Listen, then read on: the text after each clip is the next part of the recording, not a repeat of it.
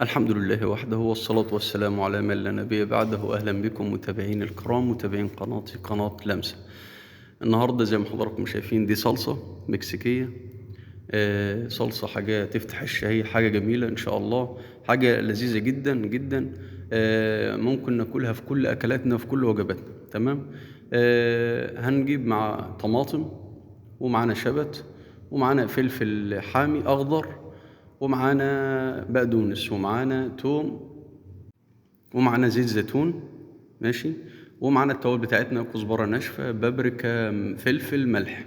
تمام، دي المقادير بتاعتنا. تمام، نيجي نشوف الطريقة هنعملها ازاي. بنجيب الطماطم بتاعتنا وبنقطعها أي تقطيعة بأي شكل، يعني عشان كده كده هتتفرم. تمام، بنقمعها الأول وبعد كده بنقطعها. قطعنا الكمية بتاعتنا بالشكل ده. هنجيب في الخلاط بتاعتنا، عندنا الخلاط أو الرحاية اللي موجودة عندنا أو كبة، وبنحط فيها الطماطم بتاعتنا وبنضربها نفرمها في الخلاط. ماشي، بتطلع معانا تبقى بالشكل ده. تمام. هنيجي بقى بنجيب طاسة ونحطها على النار تسخن، من غير زيت، من غير سمنة، من غير زبدة. بنحط الطماطم بتاعتنا ليه؟ ده هنشوفه بعدين وهنعرفه بعدين. ماشي. ونزود شوية مية صغيرين، وبنيجي بقى بعد كده بنقطع الفلفل بتاعنا سلايزات، ترانشات بالشكل ده، صغيرة. كمية الفلفل طبعا زي ما حضراتكم عايزينها حامية قوي، أو لو حامية كتير بتزودوا الشطة، مش عايزينها حامية قوي تخفوا الشطة. بنفرم البقدونس ونفرم الشبت بتاعنا. ماشي، فرمة كده. وبنفرم بعد كده التوم بتاعنا. هنفرم التوم فرمة خشنة، ما يكونش ناعم. تمام، بحيث انه يبقى موجود معانا بالشكل ده زي ما حضراتكم شايفين. فرمنا التوم بتاعنا وفرمنا الفلفل. ماشي. وفرمنا البقدونس. وهم بيغلوا بقى على النار هنحط الحاجه بتاعتنا. ليه انا ما حطيتش التوم في الاول؟ انا عايز تست الحاجه دي، مش عايز اسبك الحاجه دي، مش عايز الصلصه بتاعتي تبيض. لو انا حطيت زيت او سمنه في الاول هتبيض تطلع مع بيضه، لكن انا عايز تطلع بشكلها الاحمر ده، باللون الاحمر ده، بالشكل ده.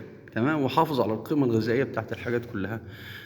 ما خليهاش تغلي كتير على النار. تمام، حطيت المكونات بتاعته كلها كده.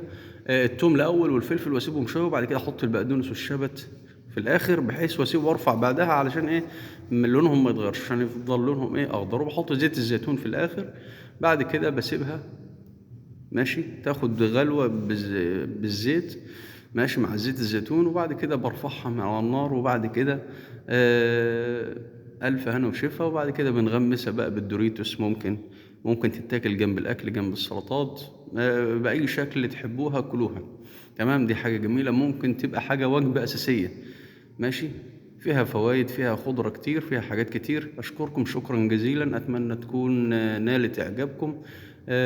بالدوريتوس زي ما حضراتكم شايفين بتبقى جميلة. شكرا.